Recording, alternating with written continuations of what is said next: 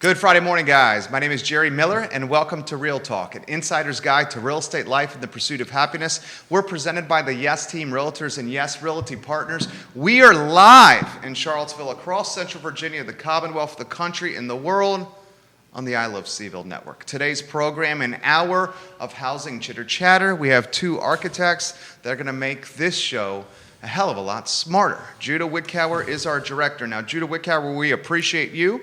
I'm going to ask you to do one thing on the fly, and it's grab this iPad in front of you and stream the show on the television so the fellas can see them on the big screen.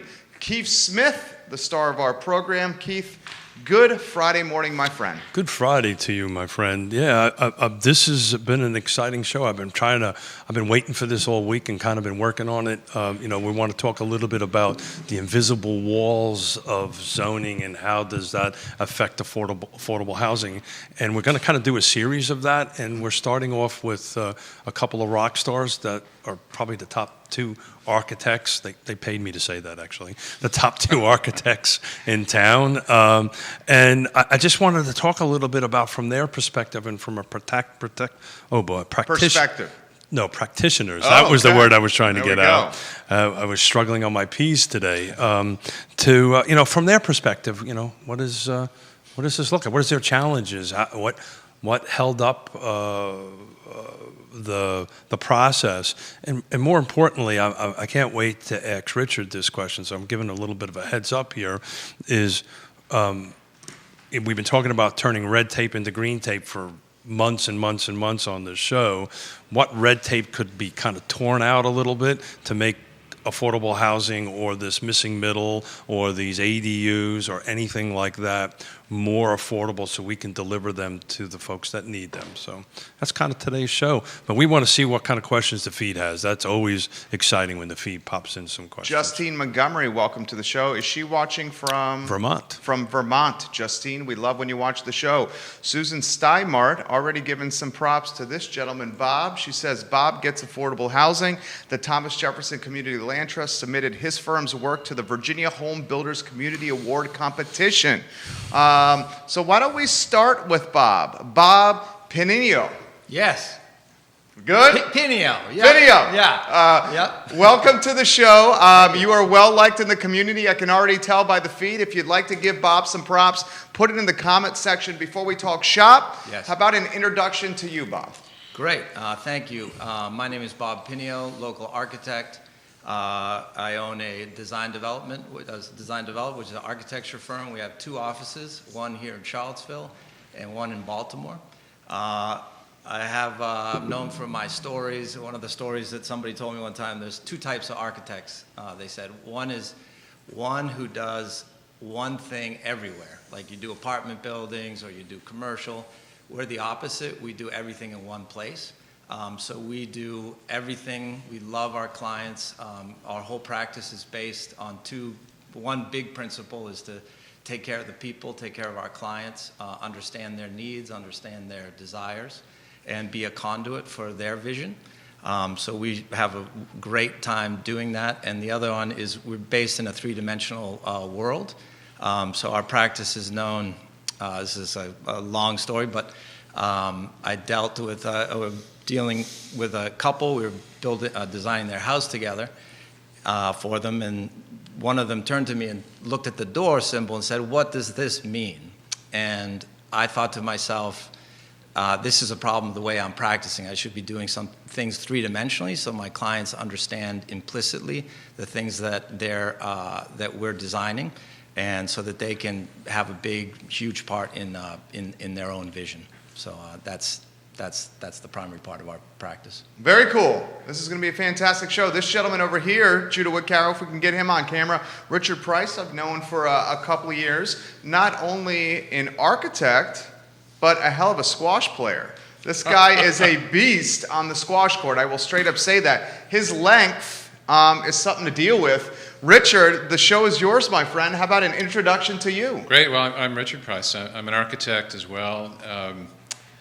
And most of my work, though, is kind of the opposite of Bob's. I'm a planner, primarily doing planning work around the country, and also have a degree in real estate development, which for me has been both informed my planning work when I'm doing that, but also I've done some development work here, largely in response to my interest in planning issues, which I think we're going to talk about my High Street project today, so I'll talk a little bit about how my interest in infill and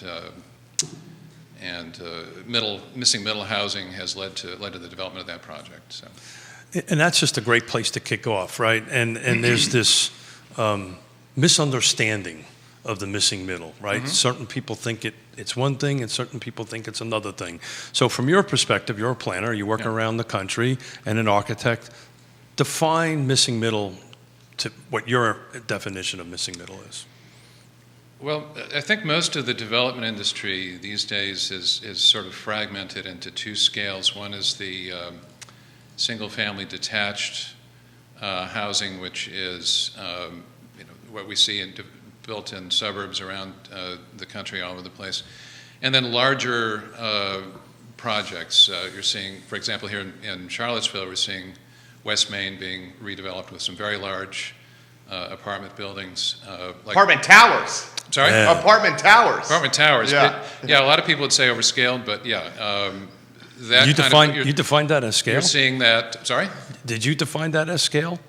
Out of scale, did I define out of scale? Like the flats, is that out of scale? Well, I think a lot of that's a reaction to what was there before. You sort of went from 1 and 2 story to 6, 8 stories and sort of missed the middle in between the two there. So missing middle is really the pieces that are in between the two extremes, the big scale development and the single family. I think that's actually a fairly recent development that we've been missing that scale, because there are a number of, even here in Charlottesville, a number of older examples of missing middle housing that were developed before World War II, and somehow we've lost that piece of the development market. And I think there's been a response to say, we really need to get that scale of development back again. So for those who are watching on Facebook and those who are listening on podcast or whatever, they're not going to see this exhibit that our director's going to put up. But there's a pretty simple graphic that I've found on it where it physically shows, the physical portion of it. Mm-hmm. But part of the question is that we're talking about a physical component of it, right? Right. Multiple stories versus single stories, mm-hmm. and the missing middle, what's in the middle of it. But it also has a economic term to it. So let's talk a little bit about, from your perspective, what does the missing middle mean as far as an economics? And then we want to switch to how can we solve that problem? Well, that's a great question. I think that's really the heart of the issue. I guess I would argue, just to go back to my origin as a planner, that good urbanism, good cities are really about diversity. Sure. A diversity of scale, a diversity of building types, diversity of people. And the development industry, certainly since the Second World War, has, I think, adapted the Levittown model, which is to build lots I'm just smiling because I grew up in Levittown. Did you grow up in Levittown? Well, I grew up in I grew up in Brooklyn until I was a teenager, then moved out to Levittown. But the economic idea behind that was to build lots of the same thing over and over, repetition. And I think that the missing middle is kind of design intensive in the sense that it needs, every small project has got a unique site, some unique conditions. Mm-hmm. Unique parameters. There's lots of different solutions to that, townhouses, courtyard housing, small apartment buildings. But each of those is kind of design intensive, and they don't really lend themselves to the big scale mass development that you see typically in suburbs around cities these days. So. Bob, jump in here. What do you think? Yeah, I think it's a great point, and I've been thinking about this since you invited me, Keith. Part of the whole idea of the missing middle, and we've started a design umbrella company or another company called Design Savvy, and part of what we're looking at are ADUs, accessory dwelling units, and that's part of that missing middle too. It has a lot to do with, and it has a lot to do with scale, it has a lot to do with opportunity, and it has a lot to do with changing the fabric. But there's so much latent, through our studies anyway, we found that there's so much latent opportunity in Charlottesville. The lots are large, and I've come from different places. I've lived in different places like Portland, Oregon, and in Boston. And the density, the types of different houses, the types of different people that you run into, the mix of commercial and residential is so fascinating and so powerful that it's really something that we don't have to be scared of, something that I think we can embrace. So that's why we're so passionate about the missing middle. So as Bob knows, I'm part of a national cohort out of Portland State University, and we're working on trying to bring ADUs across the country in a more unified design for it. And we're just going to dive right into this. So the three major struggles that we found on ADUs, one is the cost. So ADUs, auxiliary dwelling units. Over 100K. How's that going to make sense for someone who spent over 100K? I'm just talking out loud. I'll be the devil's advocate here on the show. Yeah. Okay, if an ADU is going to run over 100K to put in a backyard, by the time someone gets cash flow positive on an over 100K ADU, we're talking a decade plus down the road. Yeah. On top of that, we have tremendous red tape in this municipality for ADUs in backyards. Yep. If I'm a developer, we represent one with our firm. We're an advertising agency here. Why wouldn't we just go buy right when 50% plus of this 10.2 square mile city is R1 single family detached? The easiest way to profitability is an R1 single family detached at $500,000, $600,000 plus at sales price. There's the devil's advocate opposition to what we're talking about. Is that safe? Yeah. Oh, yeah, absolutely. You're right on target with that. I think. That's the easy path. Yeah. Easy path to profitability. Yes. So your 100 grand Yeah. is about 100 grand light. Right. So who's going to do that in Charlottesville? Exactly. It's extremely expensive to build an ADU. So part of this national cohort I'm part of, which involves almost every one of the states, everybody's looking at everything from containers, shipping containers to prefabs, and they just can't drive the price down. So how they actually did it in Portland and Seattle is by us, unfortunately, the jurisdictions offered substantial tax incentives. Yeah, tax incentives. Right. Tax incentives. And those taxes, so that's the second part of that, is the tax incentives have to help out so you can provide a place for a family to live that makes 40, 50, 60% of area median income, and that's what they do. It's a substantial tax break over a substantial period of time, and it's amazing how it turned over there. And the third thing is, as you aptly said, the red tape. Yeah. Right. So part of the problem, and Bob, you're intimately know about this. Part of the problem with the ADU ordinance in Charlottesville, it all has to be owner occupied. All these other jurisdictions. And a special use permit, a special use permit, exactly. Excuse me, sir? And a special use permit. Correct, Yeah. correct. So, Bob's got something to say on that. I can tell right now. Yeah, so about... we have one rule. Yes. Don't talk about the Red Sox. Okay. So about 5 or 6 years ago, I was so passionate about ADUs. I thought they were a great, not only a great architecture problem, but a great urban way of solving urban issues. So we went to the city at the time, and there was a housing czar. And I said, "You've got this great ordinance. It's a phenomenal ordinance." And it was passed by Maurice Cox, who was an architecture professor, but also the mayor, as probably everybody knows in Charlottesville. And the problem with it is you read it, and there's a couple different pages. By the time you're done reading it, you're very confused about the language. The language is so kind of, it's just very complicated. So we said, why don't you hire us to do a book, and basically this would be a starter book for anybody who wants to do an ADU. And it's available. If you look up ADU Charlottesville, it's the first thing that comes up. Yeah. And it's a guidebook that tells everybody, not just designers, builders, homeowners, anybody who wants to understand about it, what are the rules. And we took every bit of line item that was in the ordinance, which is very confusing, and we broke it down. And we gave them a workbook that allowed them to kind of understand what their opportunities were. And just a couple things on, not in contrary to what you're saying, Sure.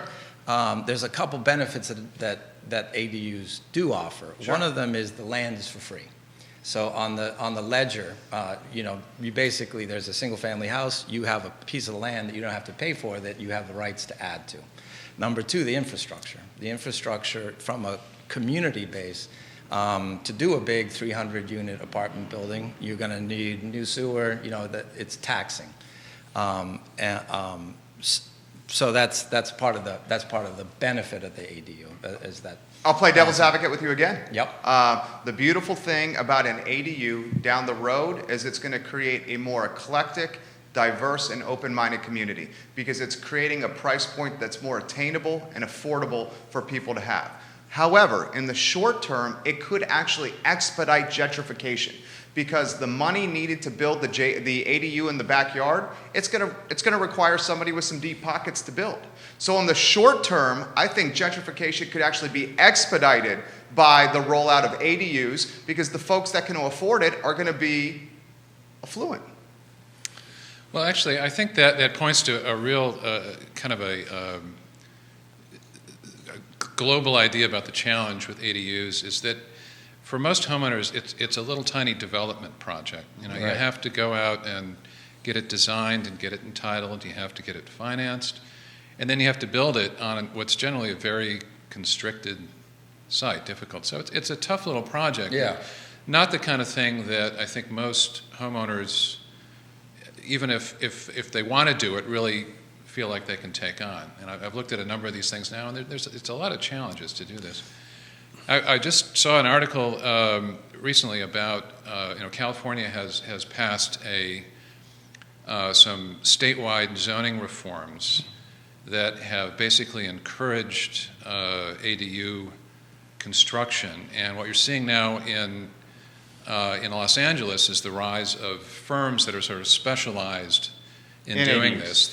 And I think the idea would be that a homeowner can call up one of these firms and say, hey, I want something in my backyard, and an ADU development company can come in and take care of the whole package, the design, the entitlement, the financing, construction, the whole works. And the homeowner doesn't really have to, quickly learn how to become a developer. They're doing this on the whole West Coast. On the whole West Coast, So yes. Oregon and Washington, so I was part of the Oregon team that put this together, and the lovely acronym they use is RIP. RIP. Residential Infield Project. And they needed someone like me to brand that differently. I've literally terrible. introduced Jerry to the folks out there, and Super. out there they're just proud of it. It's just that they're Sure. proud of Yeah. that terminology. Rest But in that's peace. literally what's happened. These firms that come in there. I'll tell you another statistic that is kind of contradictory to Jerry's comment. They have found, because of what you said, how complicated. Increases resale value. No, the people ended up going into foreclosure because what happened was they didn't know, exactly as Richard said, they didn't understand the game. They got involved in it. This is what prompted some of the jurisdictions to drop the owner-occupied component and then provide the things. Because what happened was they would build it, they would get this loan to do it, rent it out typically to a friend or relatives. They didn't pay them. All of a sudden, they went from having no loan to having a substantial loan, and the foreclosure rate went through the roof on these particular type of folks. So that was like some real world happened out west. So I'm actually helping a couple of land trusts out west to do this, and what the land trust is doing, gentlemen, is they're coming in and leasing the ground underneath the ADU. Right? They take on the development, they take on the building, they take on the risk of the management, and they feed back rental income to the property. So what that does is that stopped the gentrification, so that it's part of the affordable housing rental income went to support the family that lived there for quite some time. The problem that this can't work here is because, let's say I chair the land trust, we can't do it because it has to be owned by the property owner. Right. So that's, to me, if the city would change that one criteria. Which I think they're a big hope. I think they're in the process. That's They've been in the process yeah. for 3 years on that. Right. So. Yeah. Well, and the other, I guess, if we're talking about the specifics about the zoning ordinance, I think the other thing that stymied me is the formula for calculating how big an ADU can be in Charlottesville, which is 40%. based on a percentage of the building footprint, which Yes. with a lot of our housing stock is older and has smaller building footprints on big lots, so that makes it hard to come up with an ADU that's of sufficient size to really make a viable So the apartment. ADU can be 40% of the Footprint. building footprint of the actual home that's on the piece of property? Yes, Yeah. no more. But that's the building footprint, but then you can do multiple levels, depending on the height of the main house. And they've upped that out west, big time. Yeah. Of multiple levels of an ADU, so multiple levels that can be rented, or an ADU that offers a second floor to a tenant?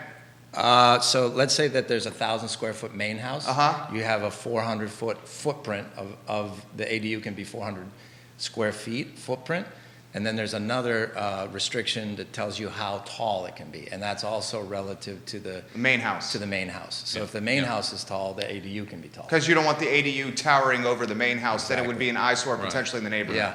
Yeah. And maybe, Keith, you may Interesting. just want to describe what an ADU is, just in case. Yeah, sure. Yeah. That's a Because I'll tell you one thing, that whenever I talk to people and we're going out and canvassing, the first thing is, do you know that you can have another house on the back of your single-family lot? And they no look one at you, knows, and right? it takes, what? It's like, so So just Bob, the definition. I've been doing it for quite some time. You tackle that.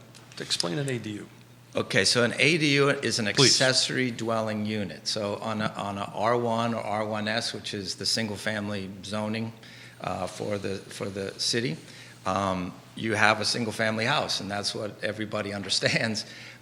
Maurice Cox and the planning board at the time passed this ordinance that allows for an accessory structure, an accessory dwelling structure, to be built on that single-family lot. The whole idea is supposed to be an accessory, so therefore the scale and the tenor of it shouldn't distract from the look and feel of the main house. But you also can do it internal. You can also do it internally. So I gave Director Judah a diagram that I'm sure he'll put up as we're having this conversation. Yes. But it's not just limited to, I think the colloquial, the common terminology is granny flat, right? Right. Right, but you can actually do it internal. You can do an addition to it. Yep. You can add a wing off of your current home. Yep. To go ahead and do that. And I'll just do a little bit of a real world example. My daughter and my son-in-law live in the Green Lake district of Seattle, right? So that's Belmont. If you just imagine Belmont, that's what Green Lake is, just a little bit bigger. So a nonprofit went in and bought a 3,000 square foot house, cut it up into a two-bedroom apartment on the lower level, two-bedroom apartment on the upper level, and built an ADU in the back. So that one lot that has 3,000 square foot single family detached lot now has 3 families or 3 couples living on it, and they had to meet certain. My daughter's a teacher. Sure. They had to meet a certain income thing, and it's working out perfect. Yeah. Throw Great. this to you guys, though, and I'm tremendously supportive of ADUs. The only Right. reason I'm offering this perspective is to be the other voice on a talk show here. Sure, That's yeah. the sole reason, okay? You mentioned the Belmont Neighborhood, and you taught me something right now about the 40% requirement with the footprint of the actual home. Many of the homes in Belmont are cottages. So we're looking at homes in Belmont that are like 700 to 1,400 square feet. So we're looking at an ADU that's like under 400 square feet in the backyard. You just hit the primary problem. That's a tiny home. Yeah, it's That is tiny. a difficult place to rent. And Yeah. I'm not doing this because I don't like ADUs. I love ADUs. It's just for the sake of a talk show here. Yeah. Yeah, sure. Yeah. No, that's exactly the heart of the issue. That I think it's a well-intentioned metric. You don't want the ADU to overwhelm the primary residence. I just think that needs to be tweaked a bit so it works a little better with our existing housing stock.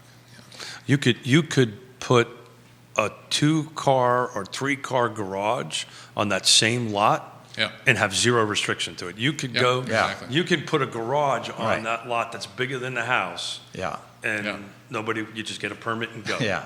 So there's some, like I said, there's a couple of things, and it's a little frustrating from a practitioner's perspective, and that it's been taking so long. But we talk about all the time on the show, how can we help inventory? How can we help get folks into homes? This is a very simple, quick solution to it that's is it you do it in scale? But when I say, hey, oh, by the way, I can build a 1,200 square foot garage Right. on a house that has 12, that's just Yeah. nutty. Yeah. So Yeah. hopefully this discussion will loosen this Yeah. up a little bit, but And- I know Bob is doing it, and I know I have been doing it. We've been talking to elected officials constantly. Go ahead, So Bob. I hope the other, I know, because Richard's probably want to make sure that we talk about Richard's project, because the inherent thing about all of this, and Keith, you set this up beautifully, what does zoning have to do with it? Yeah. I've been thinking a lot about this. Zoning is a collective understanding of what a community wants, and it's a reflection of what they want, and it evolves over time. But what I think Richard is doing, what I think the new comprehensive plan is doing, what I think ADUs are doing, is part of the evolution of who we think we want to be. Sure. Because there's a point where you're like, well, we're not getting what we want, so how do we get what we want? And then you start looking at what are the things that are keeping you back. ADUs were a down payment on a different type of housing product. What does that mean? Well, so for instance, single family, it was just single family, and you either there was a little latitude in regards to what you could do with it. They had restrictions on how many people, non-related people could be. So the ADU law allowed something fundamental, which is another family, another detached or attached unit. That meant two families. But then to Richard's point, they got to a point where they're like, look, we don't want this to go too fast, so they made restrictions. The size of it, there can only be two people in it at most, so that's a huge restriction. What happens if you're married and you have a kid, for example? Well, I guess you got to move. So there are these things that, but collectively, what we're doing and what zoning is doing, and in the change of zoning, is we're talking about who we want to be. And So I think that's I need to play off of that, Yeah. and I need to play. I'll give to you, Richard, in a moment. If you start, play off something that we've been talking about repetitively, and you in particular, that this seems to be going on for a long time. I dug into a bunch of articles. God love Google. This whole conversation we're having right now was happening in the 30s, the 40s, the 50s. I read one in the 60s where the city council and certain individuals were talking at the time that if we don't do something about all this single-family detached residency in the future, housing is going to be unaffordable. But Well, the problem is city council doesn't have the autonomy. Until we get a massive rewrite of zoning here, over half of a 10.2 square mile city is dedicated to McMansions, single-family detached. We have to rewrite the zoning and allow more density. I don't disagree with that, but they have tools. Bob's outlined it. They have tools for them now to do this. And I'm gonna pivot this to Richard, because Richard, your project on High Street. on High Street, 1130. And Roger Voisinay has just shared this show to like 30 different Facebook pages. So you better talk about it. Roger will get Talk mad. about your High Street project. Roger's going to call me up and say, Say- but wouldn't that be an example of what we're talking about, your project there? And then I really talk about, if you don't mind, at the back end of it is what could have been done different to maybe keep the pricing at a different price point than it is now. Does that make sense? Sure, yeah.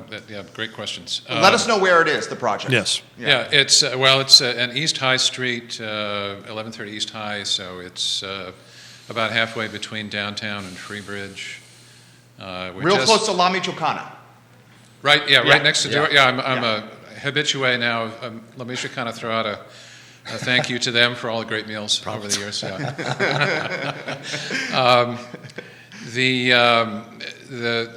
The project was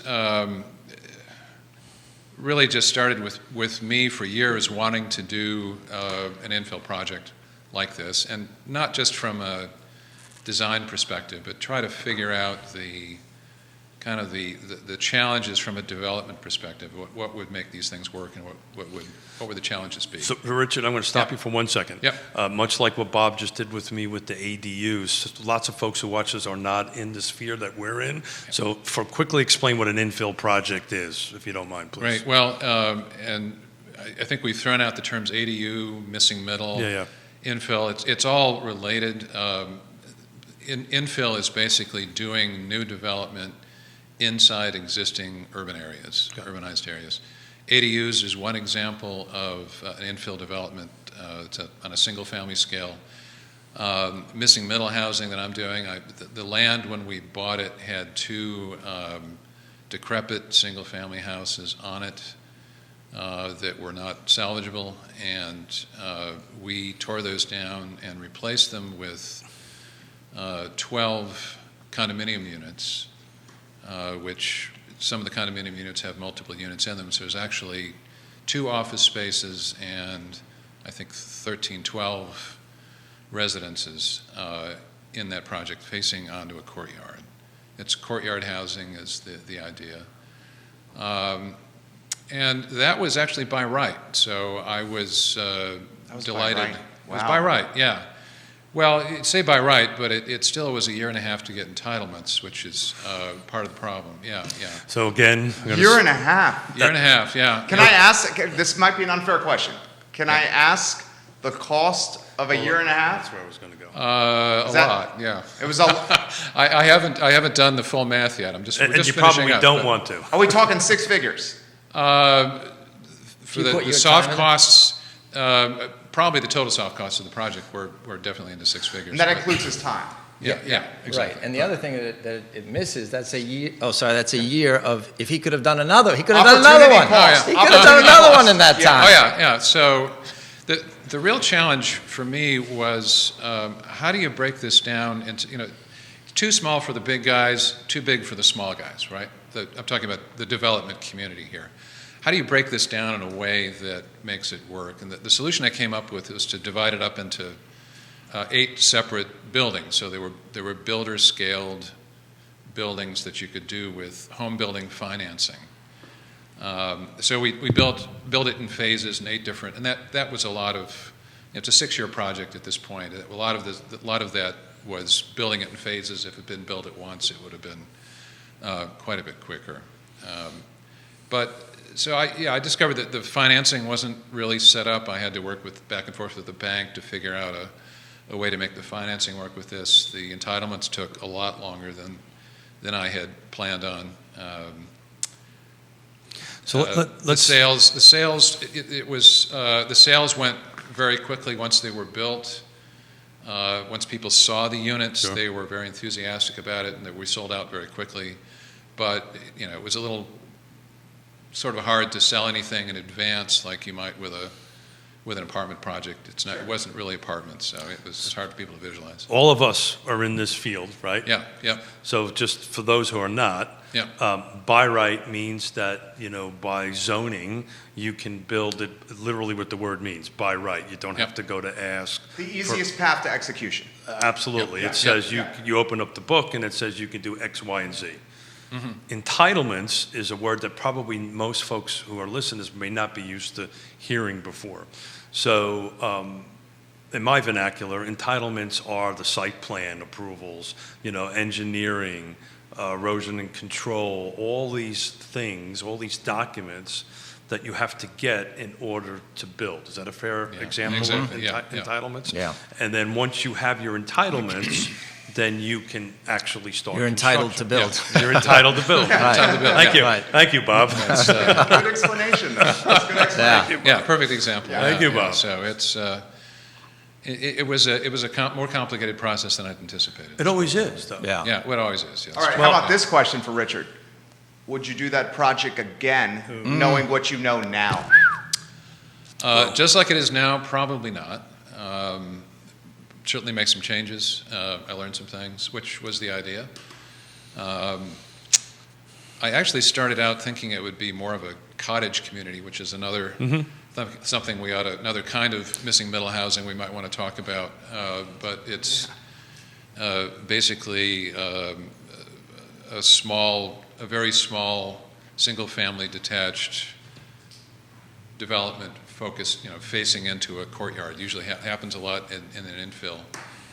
But the market, in talking to the market, people know the market here in town, it seemed there was a bigger market for people looking for one-floor living, for example. So that we changed it to single floor flats as opposed to a single-family detached housing.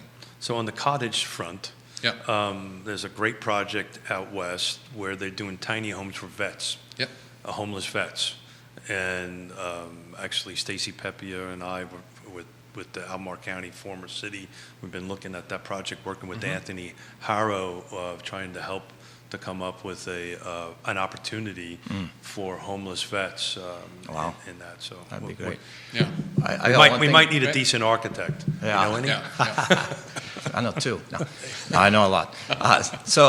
One thing that I keep thinking about is this: the backdrop is who are we and who do we want to be as a community? Yep. And there's a lot of pressure. And I was in preparation for this reading, and there's this unsolvable, and this is the cancer, and there's all sorts of things. The missing middle is, if nothing else, a fun way to think about the problem.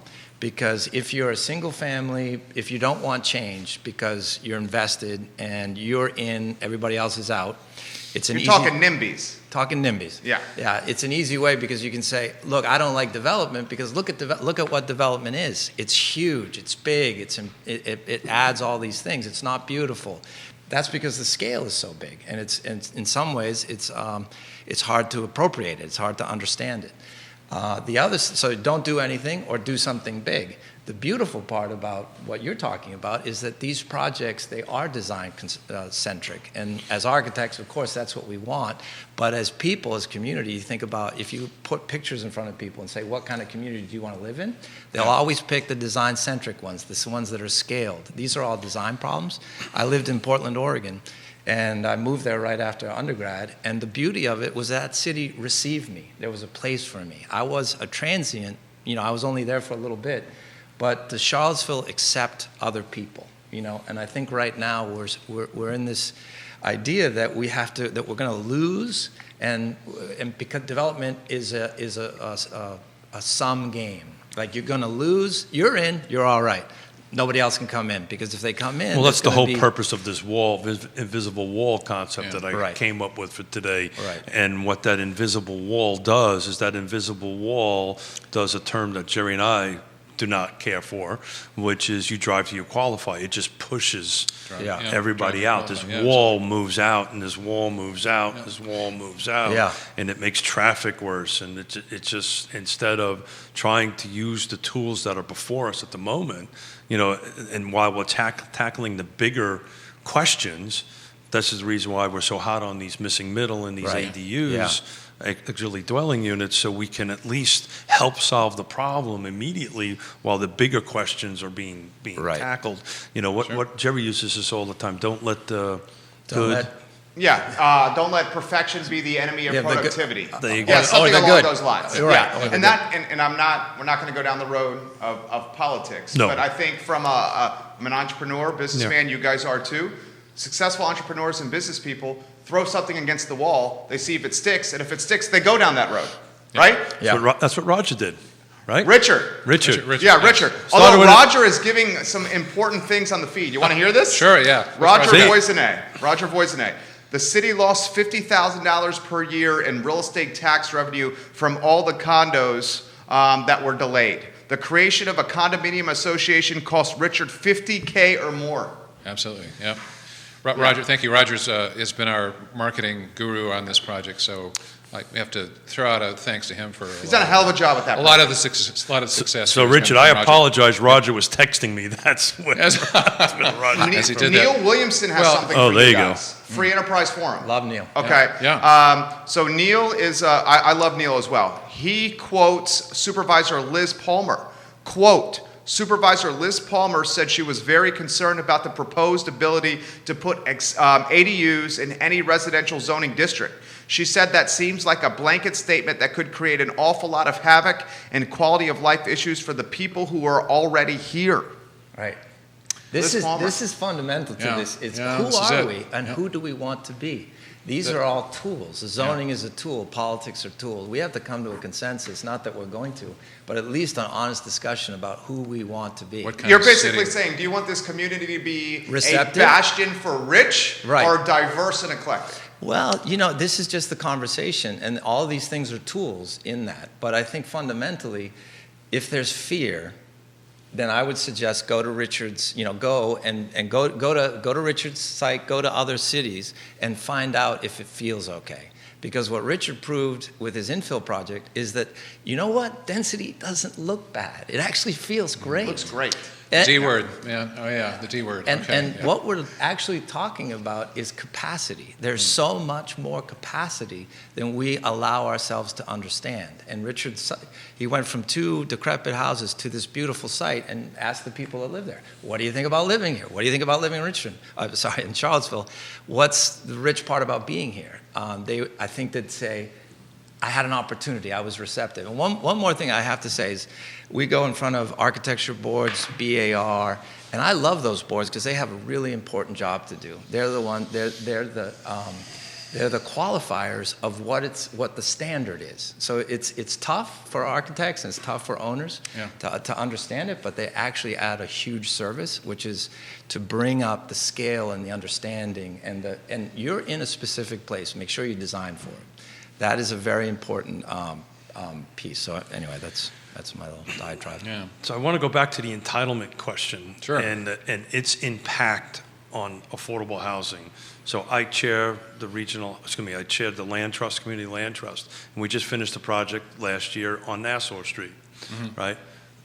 The entitlement process going through the city, we sold the units for $215,000. Cost the land trust almost $20,000 a unit more than it should have, in my opinion. Yeah. So we could have substantially sold those units Below 2. below 2, but it was the entitlement process of it. Oh, by the way, now you need to add a fire hydrant that they missed. The red tape. That they missed. That cost us $41,000 because somebody missed it or it was whatever it was on that end of it. So this entitlement process, or this red tape process, and again, I'm constantly speaking about Portland and Seattle and the West Coast, but let's say the left coast is kind of a little bit more liberal than this side. They're dropping all these processes. Yeah, well, let me throw out a great example about that, because, for example, if I'm building a single-family house, right, I can take a set of plans, walk down to the building department, get a permit. End of discussion, right? There really isn't much at all in the way of an entitlement process. On the other hand, if you're building a major development on a piece of empty land that's going to impact the neighbors, going to impact the environment, it's worth going through a fairly elaborate entitlement process to make sure those things. There's a reason for it.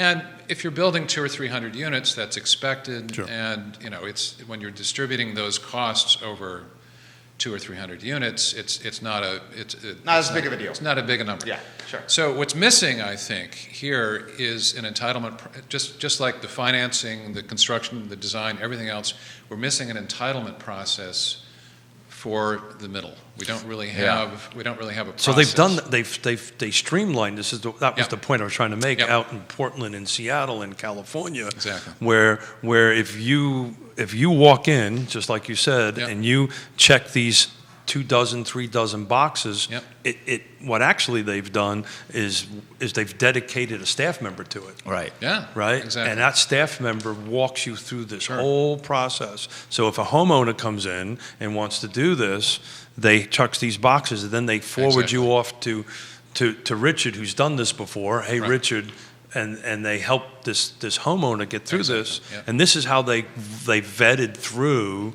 this issue of just, you're allowed to do it and let somebody out on their own.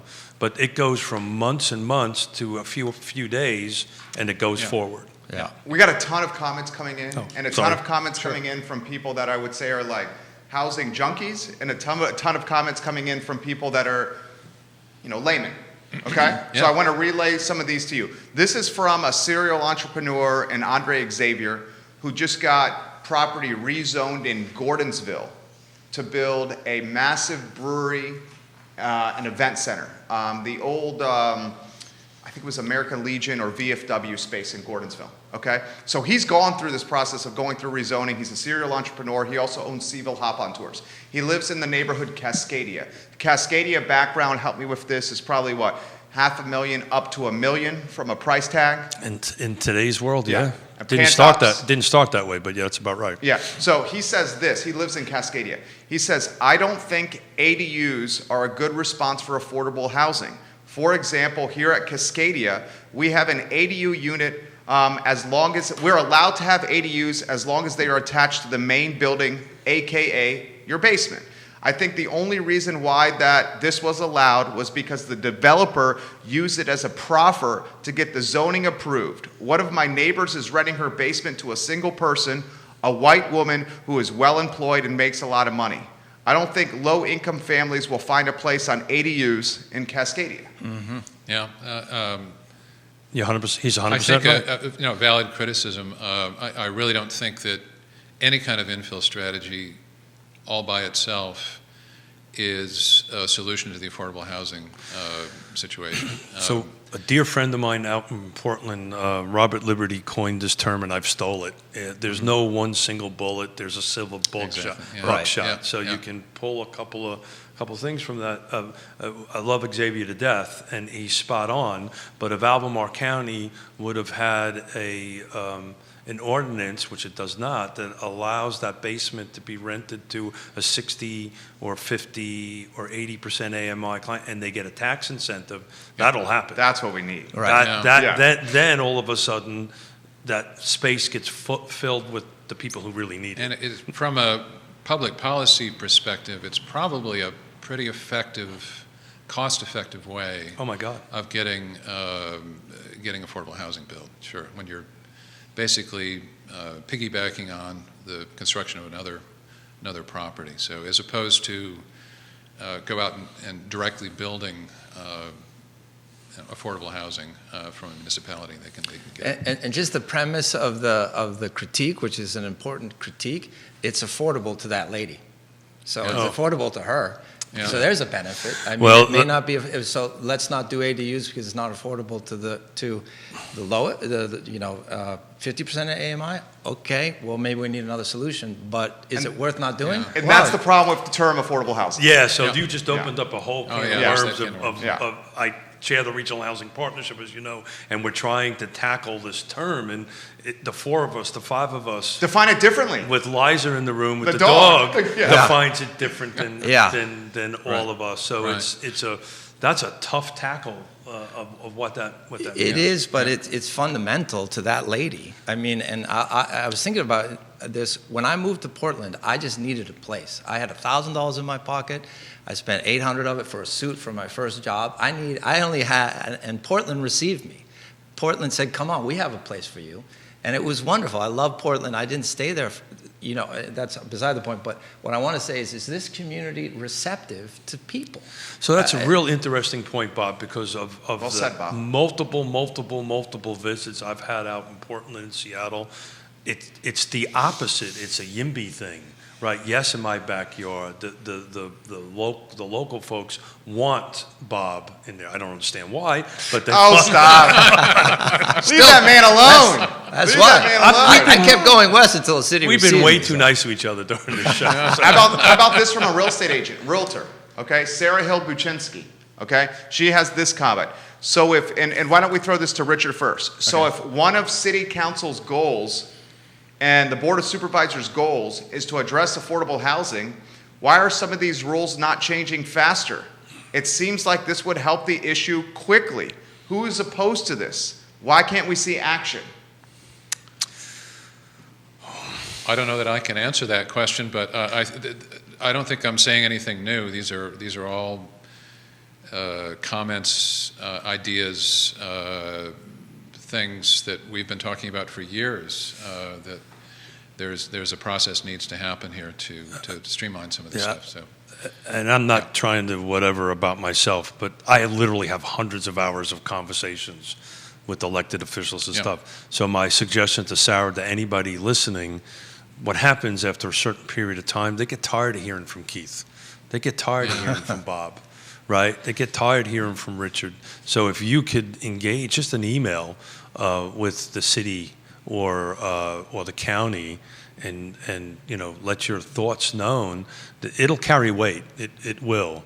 But at a certain point when I have conversations over and over and over, they're just like, oh, I don't want, they're tired of hearing from me. So if you can get involved, that's the best way to do it. More comments coming in. This is, this has been a fantastic roundtable here. Donald Mayer is giving you some props. Donald Mayer from Boston? Yeah, watching No. right now. He How says, does he- great job, Bob. A very compassionate project. I hope all works out for all of you. We appreciate you. Bob, you're also getting props from Andres Martinez, Galen Stangel. I'm messing up their names. Galen I'm sorry. Galen Stengel. Stengel, yeah, okay, sure. Yeah. Hey, Galen. Gordon is giving you props. Is that family to you? Gordon Pineo? Yeah? Yeah, he's in Panama City, Panama. Yeah, watching right now and just gave you some love. Oh This is my the power God. of social media. Did I when you Yeah, do it. tell you that's about incredible. this? You didn't How about- believe me. Yeah. How about, and help me with this name, Bob, Macarena, Magarena Restrepo. yep. Gomez. Balbonton? Balbontin. Yeah. She's my stepsister. Where is she watching? She's in Miami. Okay, so we now have, my heat map says 6 states and 3 countries watching you guys here on this roundtable. is she even? Roger has a comment. Roger, we love when you offer perspective on the show.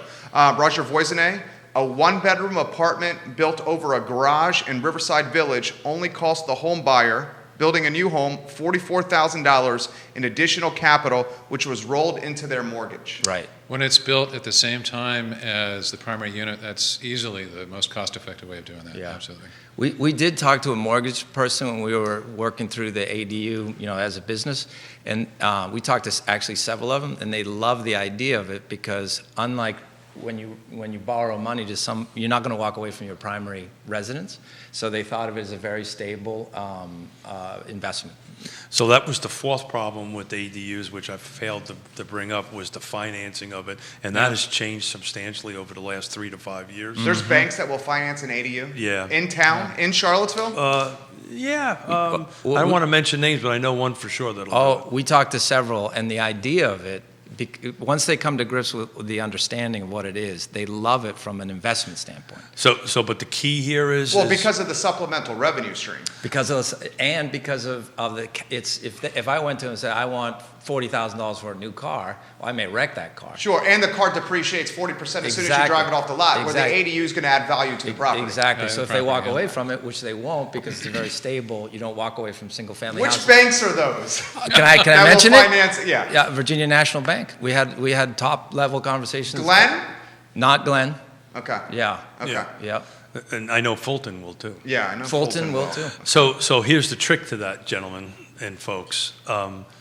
If Mr. and Mrs. Smith are going to buy that product at Riverside, right, I have to be able, my debt to income has to be able to cover To work it. the Yeah. whole thing.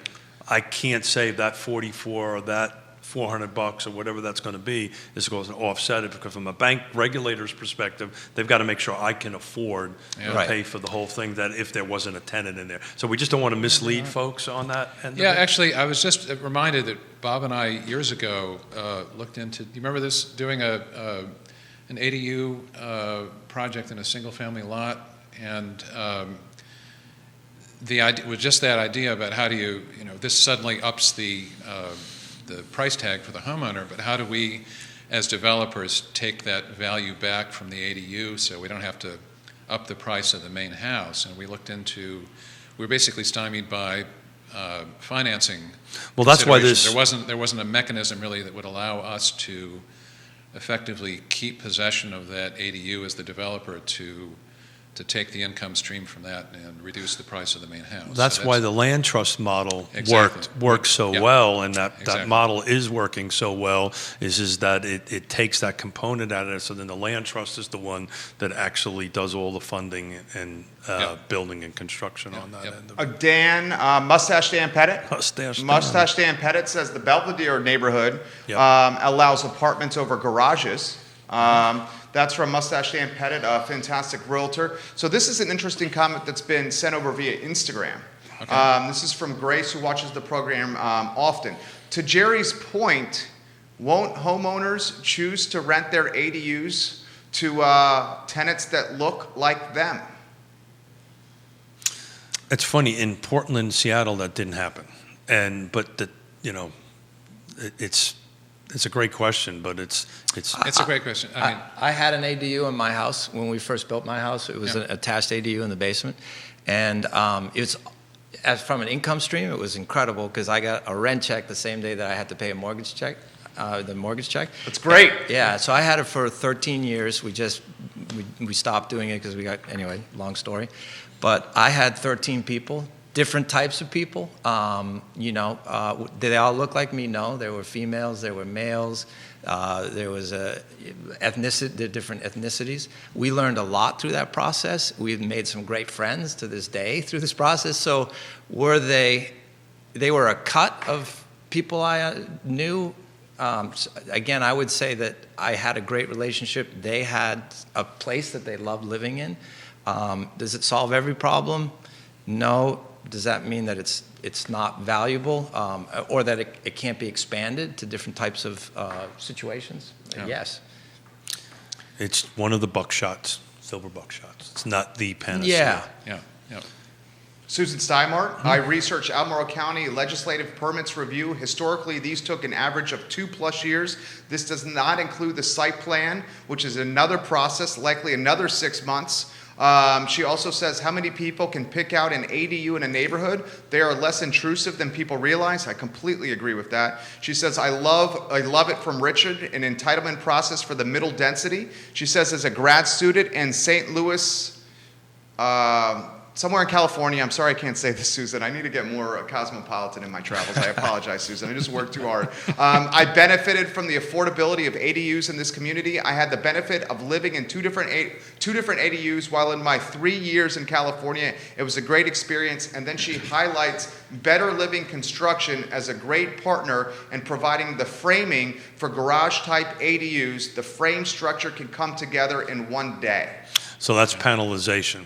That's what. Yeah. That's Yeah. that. And ultimately, when this team that we're on, that's what we landed, which was the best way to build auxiliary dwelling units, particularly on an existing home, was a panelization system. Yeah. I got a couple statistics for you. Please. When we were doing our research, this is a couple years old, but there were 9,918 single-family unit detached homes in Charlottesville.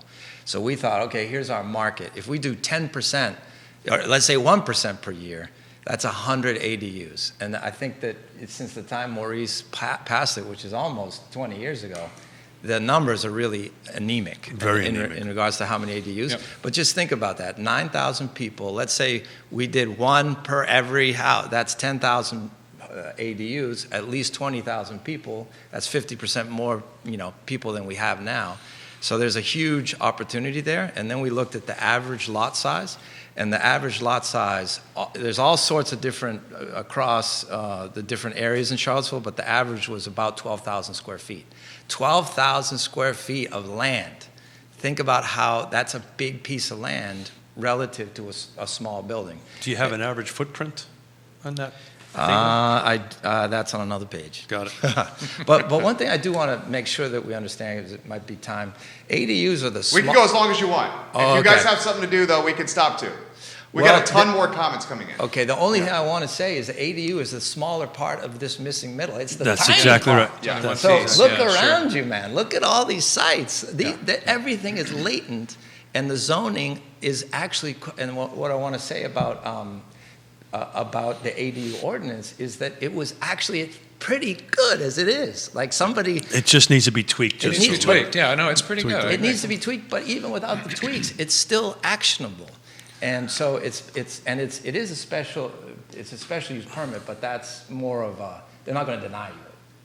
But But so it's just one more hoop to jump through. But But look at- that's look at- exactly right. So Yeah. that hoop is an expensive hoop. It's an expensive hoop. That's an expensive hoop. Yeah. And as you know, because we deal with this on a regular basis, Jerry walks in, or Mr. and Mrs. property owner from Belmont, it's overwhelming. Yeah. That's an overwhelming thing to do on your own. Yeah. You need to reach out to the experts like you guys to help them go through that, Right. which is an expense. Right. Right. And what they have done out west is they've made it by right. So then it's a staff review process. If you check all these boxes, then you're done. Then you move forward on it. Yeah. An SUP. So let's talk terminology. So those Special who use don't, permit. it's a special use permit. Yeah. So to be clear, that is no different than a rezoning. right? It goes through the same process of that. It goes through the staff process. It goes through the planning. It's no easy task. It's a very open political process, Yeah. and at the end of the day, in the city of Charlottesville, 3 board of city councilors have to say yes. Right. That is a long, expensive process. Even more frustrating, with 6 members on the Board of Supervisors, you need 4 to say yes, and if it's 3, the project gets voted down, Right. which is a topic for a different show. Yeah. Betsy Rodinger? Rutger, my wife. Yeah, okay. Yeah. She's giving you a lot of props right All right, now. prop it up. Okay. Get so back is to work. Nancy. So is Nancy. Nancy Rutger. All Yeah. right. How did she get on there? And Bill Mousy from Landscape Architects, Yep. watching the program right now. Here's an interesting comment. This is coming from Charleston, South Carolina. Okay. This is from Chris Coppinger. I've watched this entire show. You guys have talked ADUs, and then you have not highlighted the need to improve transportation in the community if you're going to enhance density. They have to be one and the same. Agreed, completely. Great. Big part of the reason for doing infill development of any kind, ADUs, missing middle, is to take advantage of existing transportation networks. I mean, very modest contribution there at the High Street project, for example. I was able to do that with just 1 parking space per unit because we're in walking distance to downtown Charlottesville. Good for you. Yeah, which is tough to do. You need a good transportation network to do infill development. But especially ADUs, for example, you're taking advantage of the existing transportation networks, and you're increasing density Right. without really changing the character of the neighborhood. And you're adding seats. You're adding people to Adding that. people, which is Which is great for supporting the pedestrian-oriented businesses and downtown merchants, for example. So yeah. a little bit of local transportation news. Learned that last night's Planning District Commission, CAT is going to keep the fare free for another 3 years. Yeah. If we're not careful, CAT very well could go bankrupt or be a thing of the past. It's been operating in the red for a substantial amount of time. Sure. Yeah. And unfortunately, I'm going to throw this out there.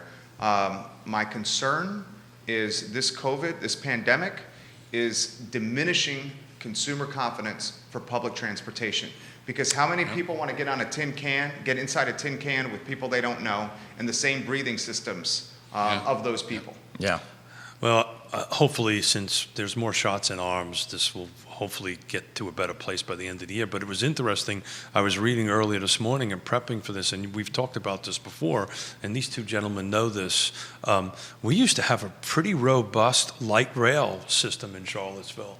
And that... You remember that?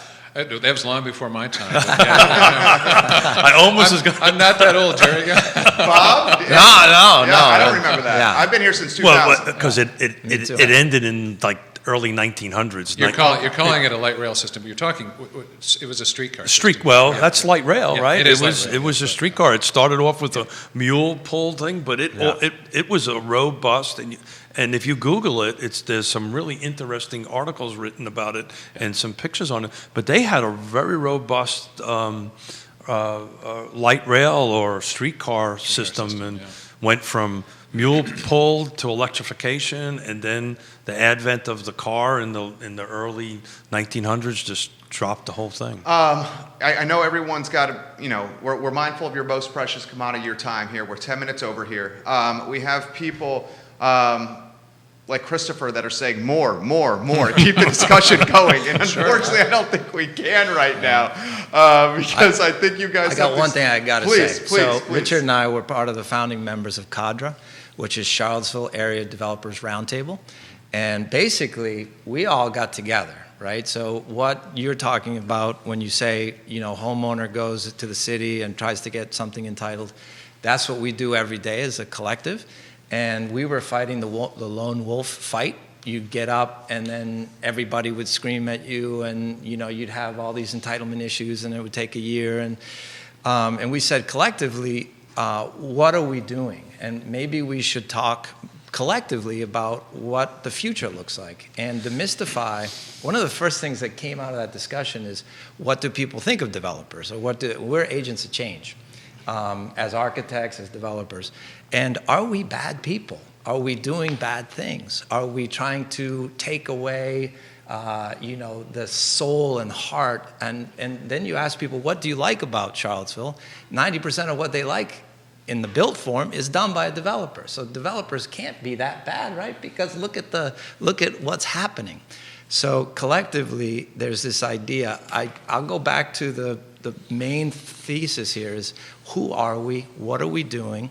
All these tools are tools that either implicitly react to the fundamental feeling of who we think we are. So if you don't want development, then there's roadblocks. If you don't want, just think about it, not as a consequence of the problem, but as a consequence of an ideology of who you think you are. This is reflective of that idea.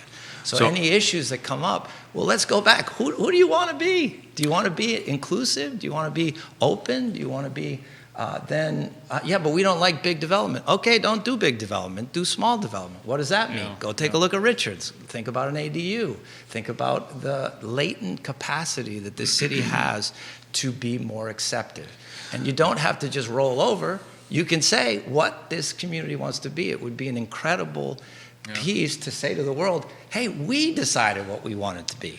That's an interesting point, Bob, because 20 years ago, again back to Maurice Cox's days, the city did a corridor study. I don't know if you're familiar with that, but it was really what is the capacity of the city to do infill development. And it was a great document because it showed, in fact, the city has got a huge capacity for doing missing middle development. There's quite a bit of potential to grow doing that way, but very little of that has actually gotten. So I want to give a shout out to Greg Powell. So Greg Powell's another architect. Greg sits on the Regional Housing Partnership, which is Cadre. He's a representative from Cadre. So Greg's great. For the last 3 years, we've been working to solve exactly what Bob is mentioning. And what we have there is what I refer to as the 4 pillars to a healthy housing system. We have the public sector, which is the local governments. We have the private sectors, which is Cadre and you guys. We have the nonprofits, which is the Land Trust and Habitat and PH and all these folks. And then we have what's the most important is the people we actually serve. The people who actually live in these homes. And then we've got the 20-ton elephant in the room, which is UVA at the table. And we're literally, and it's a public thing, it's a public body. Anybody can attend meetings virtually, or hopefully we'll go to in person. But literally, that's what we're trying to tackle. What do we want to be? And in order to do that, you have to have all these 4 pillars at the table. And, knock on fake IKEA, we're kind of getting there. So thank you for sharing that. John Gardner says this, and we'll close. Sounds like we need an architect back on council. Richard, Bob, are you ready? And then one last comment, Rosalind Keys. Yeah? Yeah. Roz Kesey. Hey, Roz. Yeah. She says, great discussion. Good to see Bob and Richard on this show.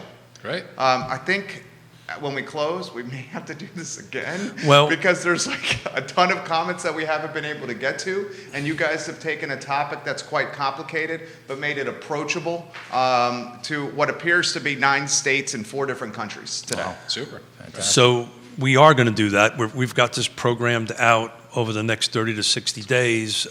So we're going to be bringing others to tackle this topic, elected officials, activists, folks to kind of get this conversation, get these 4 pillars of a healthy housing system in this roundtable format. So hopefully we can get this discussion going in the right direction. Guys, this is Real Talk. It goes from 10:15 to on